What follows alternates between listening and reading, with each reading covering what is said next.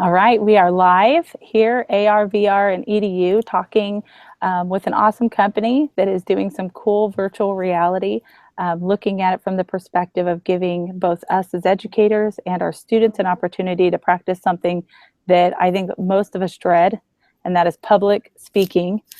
We all have, maybe I say all, maybe not all, the majority of us kind of start to sweat and get a little bit nervous, and there's that fear of getting in front, maybe even the first day of school when you started teaching, that feeling of like, oh my gosh, what am I about to do? I got to talk through this. I got to share this. But there are so many different ways to use this. And I love the fact that it applies both to us as educators as we're going out and sharing things, but also to our students. So had a chance to get familiar with an app that's called VR Speech.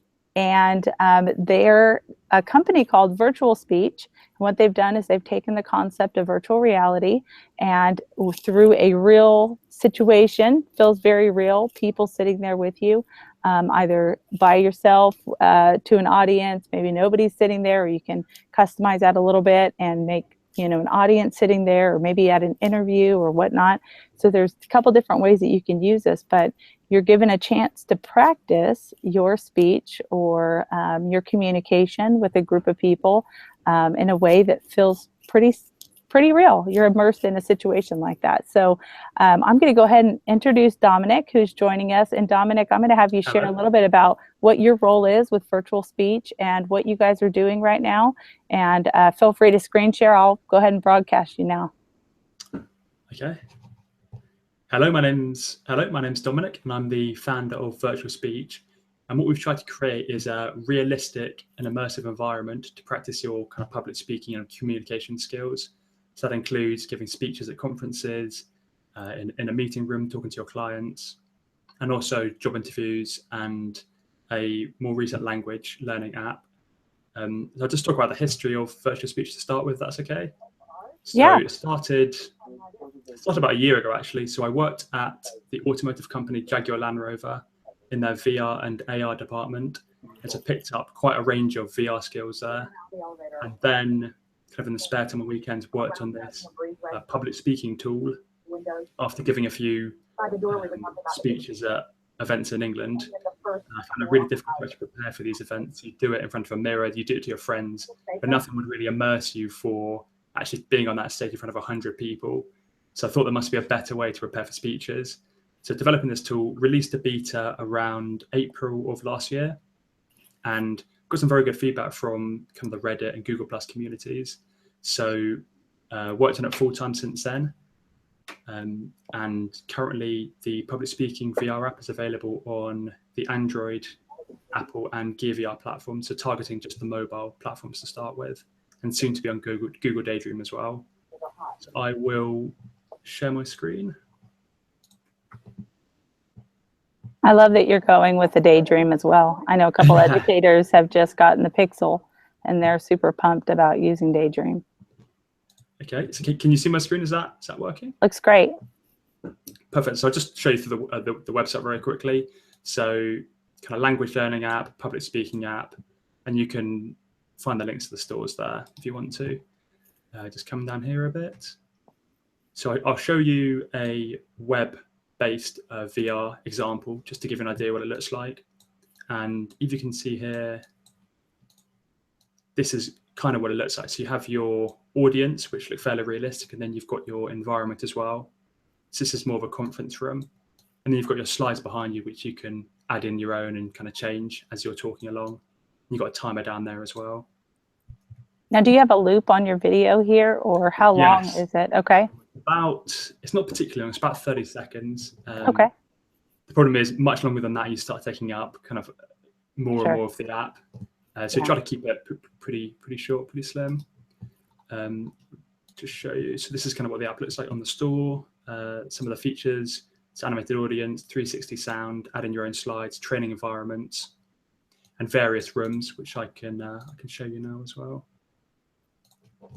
So when I hear 360 sound, are we hearing like our voice maybe echoing in a larger room and minimized in a smaller, or what audio are we going to hear?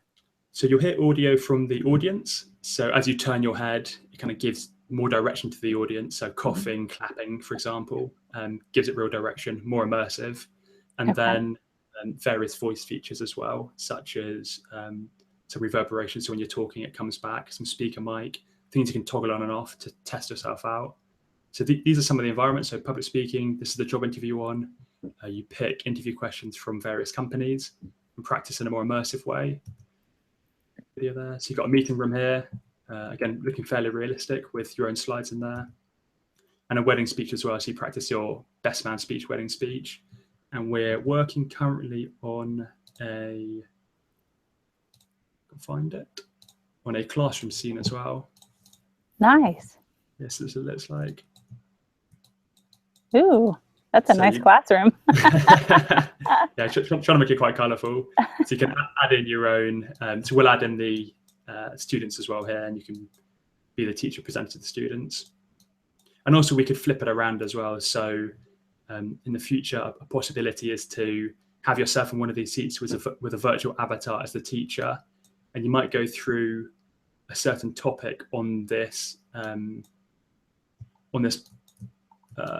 slide here, and then actually be immersed in it. So for example, you might be learning about a restaurant in French and the restaurant lingo and language, and then after a few slides actually be immersed in that restaurant scene, which is something VR can do, which nothing else can do, which is quite exciting. Yeah, that is really cool.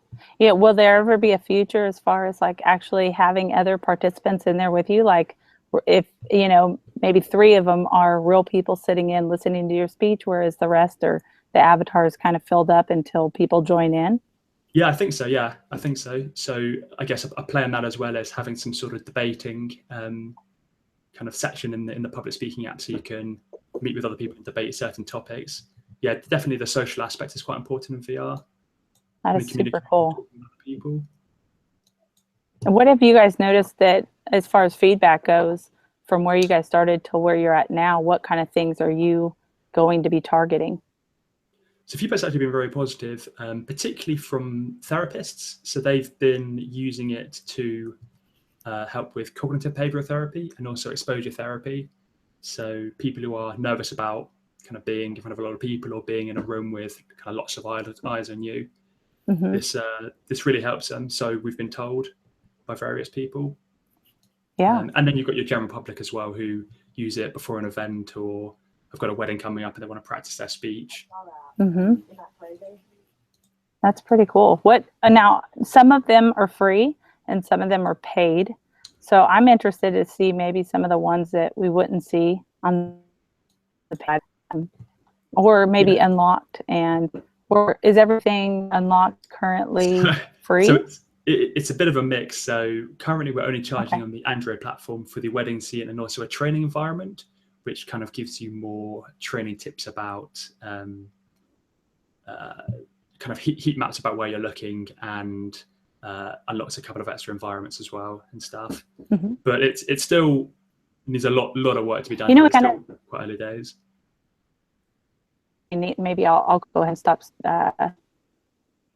Let's go ahead and just take you off there, and then we can both talk here. But I think what would be kind of neat in this is to see a way for maybe even the voice, you know, accentuating certain things and seeing, like, you know, when you're a higher pitch or for this amount of time and there's too long of a pause, or, you know, like you were saying, some feedback as far as, you know, how to be a better speaker. And I know for me, naturally, like, I can get into a room with people and kind of collaborate with them. That feels very comfortable to me. But to get in and where everybody's just looking at you and there's no interaction, that feels super uncomfortable. And it's very intimidating. So, you know, to have some feedback as far as, like, you're speaking way too monotone, you're not, you know, or you're yelling, you know, you hear people get up there sometimes and they're just too loud or too quiet or whatever it might be, but, you know, appealing for somebody to listen to as far as that goes. And that's definitely something we're looking into. So I mentioned earlier where IBM Watson have got a kind of a Unity integration module where you can analyze the speech. So how loud they're talking, whether it's too many ums and ahs, their words per minute, for example, if they're speaking too quickly, too slowly. There's a huge range of statistics we can get and provide the user with after their speech, which I think would be quite useful. Yeah, that's pretty. I'm looking forward to the interaction for sure. I think this is a step in the right direction for our students to have access. Can you give us maybe, I don't know if you want to screen share or what you want to do with this, but do you want to give us some insight as to what we'll see coming in 2017? So we Sneak peek. will, yeah. So we want to work on the job interview side a bit more. I think it's a very big market, Mm-hmm. and a lot of people do really fear tough job interviews. Mm-hmm. So not just adding in more questions, more companies, but also more interactivity. So addressing more the technical side of the interview as opposed to just the verbal. So if you're going in for a Google technical interview and answering certain coding questions, being able to practice those questions in the app as well, I think it's quite a powerful tool. Absolutely. That's And pretty then, cool. and then from the public speaking side, branching out more into a communication tool where you've got not just the public speaking, the meeting talking, but you've also got kind of body behavior, body language, different matching and mirroring techniques, various other communication techniques which you can add in to make it just a more feature-rich experience. Now, I'm guessing you guys have learned a ton. Did you guys come into this company already having this knowledge, or has it just been the research of what you've been doing with this app? So mostly came in and learned on the fly with research on the app. So I mentioned that I worked at Jaguar Land Rover in their VR department, so picked up a fair bit there, but that's more on the industrial scale. That's more for kind of visualizing vehicles early in the pipeline. This is a very big change in direction where it's smaller scale applications for the general public. So yes, it's mostly been learning on the job. Awesome. Well, there's a couple of people viewing, and they're welcome to ask any questions along the way. I just wanted to do a little bit of screen sharing and show.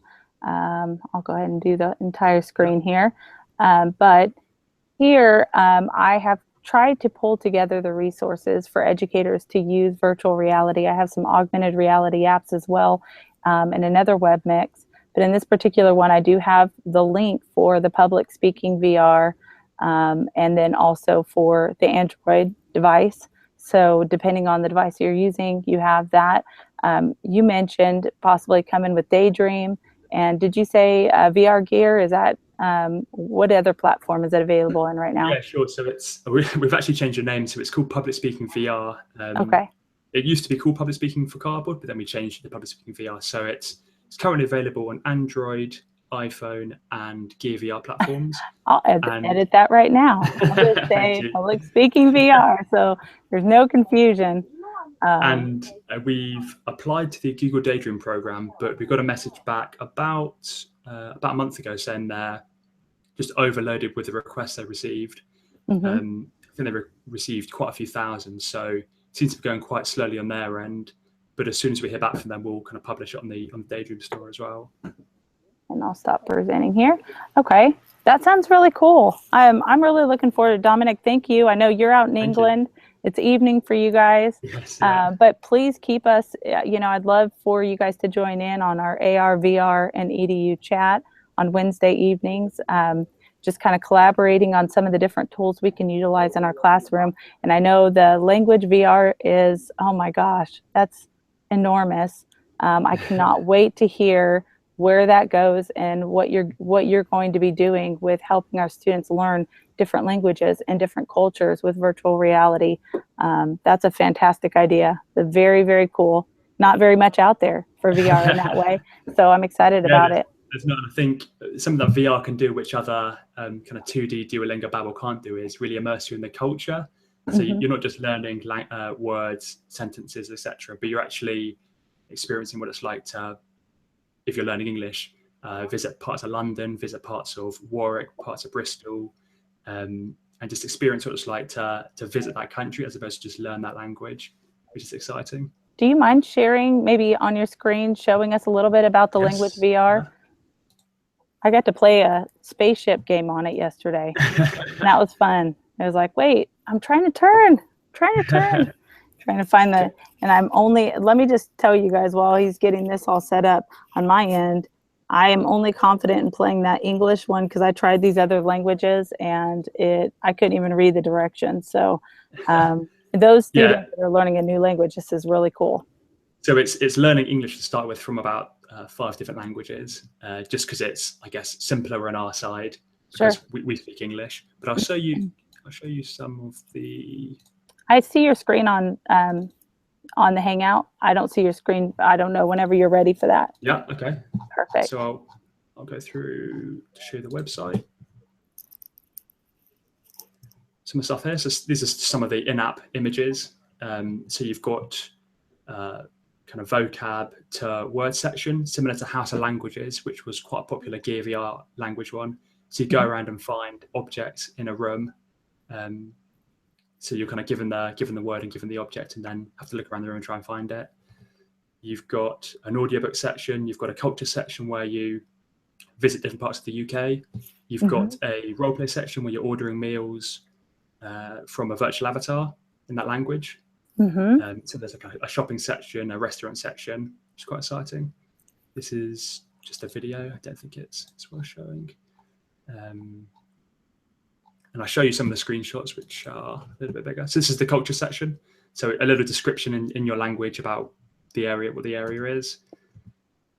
Main menu, interview section again, languages. This is the roleplay section with the avatar. You've got a sentence building structure mini game. I will say I played that one yesterday. Took me a second to figure that out. But what a cool way. I wish that it would move when you select it, like move into that spot. Yeah. But I like the fact that it's more of a gaming environment as opposed to, can you say this? Can you do this? But instead actually putting together a sentence in a way that makes sense, but it's really cool. I like the fact that they're incorporating the games in this app. Yeah, and I think gamification is very important just to keep the user engaged. It's a bit more fun than just going through sentence after sentence translations. This is that space game I mentioned. So it's a numerical game. It's quite difficult to play. Could do with a bit of work, but the idea is that you fly through the correct number corresponding to the word on the left of it. So it's quite exciting. How do you fly through it? Do you move your device? Do you click on it? You have your headset on, and basically you just look around. Wherever you're looking, the spaceship will go towards that direction. Gotcha. Now, is there a possibility of just going out in space and never coming out? Because I think that happened to me a few times. I got lost in space. That is, yeah. I need to figure out a good way to have a kind of back button menu or something, maybe like a double tap or something. Yeah. I'm like, well, I got to get out of this app and go back in because I've lost again. And this is more of that word visual association. So you got to find the piano in the room. That again. Yeah, so those are just some in-app screenshots of what you'll be doing. Yeah. I love it. But yeah, it's so cool. There's definitely huge scope with languages, huge scope. And I'm sure other people are working on VR language products as well. I have a few people watching, and I have a question from Corey that is saying, do you plan on partnering, and this is a really good one actually, do you plan on partnering with foreign language tutoring services, like setting up connections with, I'm even thinking like Rosetta Stone or anything like that would help support learners using virtual reality? Yes, definitely. It's still very early days, so we haven't tried to reach out to these companies yet. We wanted to get a kind of product that was good enough to at least show a very good demo to them. But I reckon in maybe 2, 3, 4 months we should be there with the development. I'm just thinking from the perspective of what types of tools are already available in our classroom right now. Rosetta Stone is certainly a big one that I think is being used across the world for sure. But using this resource in conjunction with the content that we're already using and teaching, maybe even standard based, that's really pushing towards the educational spectrum of this. But if there was a department that specifically targeted our standards with using the connection to another language, foreign language, that would be enormous. Definitely. And I think there's kind of room for both VR and also just your regular web-based content, because you can't really learn everything you need to learn in VR. Sure.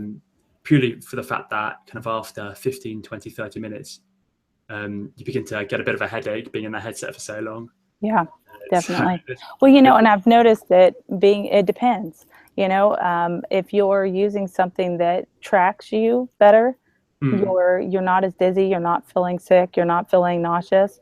But using like our devices that we have in the classroom, which is typically an iPad or an iPod or a yeah, tablet of some sort, um, it doesn't track like when we're moving, it's not tracking as quickly as our movements are. So it definitely gives us that sick yeah. feeling that we go through. But very cool. I don't see any other questions on here, but I do show that Corey was asking about plans for future device support. So what types of support is out there right now that, say me as a user and I'm curious about the space game, what types of things would you recommend for them to do to get in touch with you? So to get in touch with us, just the contact page on the website. Okay. As for the devices, so we're just targeting mobile devices for now, just because it's more accessible from a Sure. price point to universities, schools, just the general public. When you talk about the Oculus Rift and HTC Vive, you're looking at £500-600, which a lot of people just can't afford. So for now, we're sticking to just mobile platforms. So your £10 Google Cardboard will Mm-hmm. be absolutely fine for these apps and work well with them.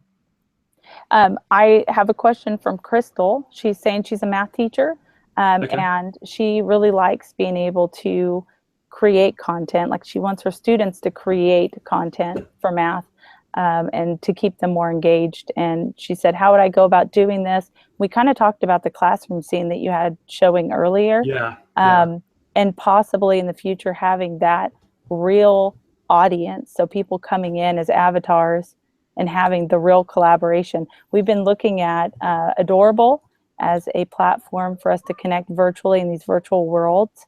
And Yeah. then VTime has been one that people have been trying out, which is a massively large app that's not necessarily geared towards education. Yeah. But It's a being very good able to app. collaborate in a place like this, that is, not a public space, but maybe a specific place for you to collaborate as a classroom. But Crystal, this would be really neat for students to be able to practice and maybe collaborate on projects, and even just having the opportunity to share and express ideas in a place where Yeah. they might feel safe initially before they get into the classroom. Exactly, yeah. And I actually read this book called Ready Player One a few months ago, and in that you've got kind of the whole of all the schools and universities are in this virtual world where students will enter in just from their bedrooms, from wherever, and you'll have live teachers teaching them certain topics Mm-hmm. and allowing them to kind of teleport to anywhere they want to for field trips or specific scenarios about learning certain topics. So that's quite exciting as well. That's really cool. Yeah, there's so much with explorations right now that we can do. I know Google Expeditions and Field Trip, and Yeah. there's quite a bit out there that are, definitely bringing you to different places. I think the interaction is the next goal, and seeing more interaction for our kids, and then certainly seeing our kids creating stuff. So, do you ever see any time in the future that there would be content creation within the app? Yeah, I think so. It's slightly trickier with the public speaking side because it's fairly complex creating these environments and the audience as well in it. But for the language side, yes, definitely. Mm-hmm. Creating certain content is definitely something we're thinking about. And you've got apps like VTime, as you mentioned, Altspace VR, and a few others which are kind of very strong in the social aspect of it.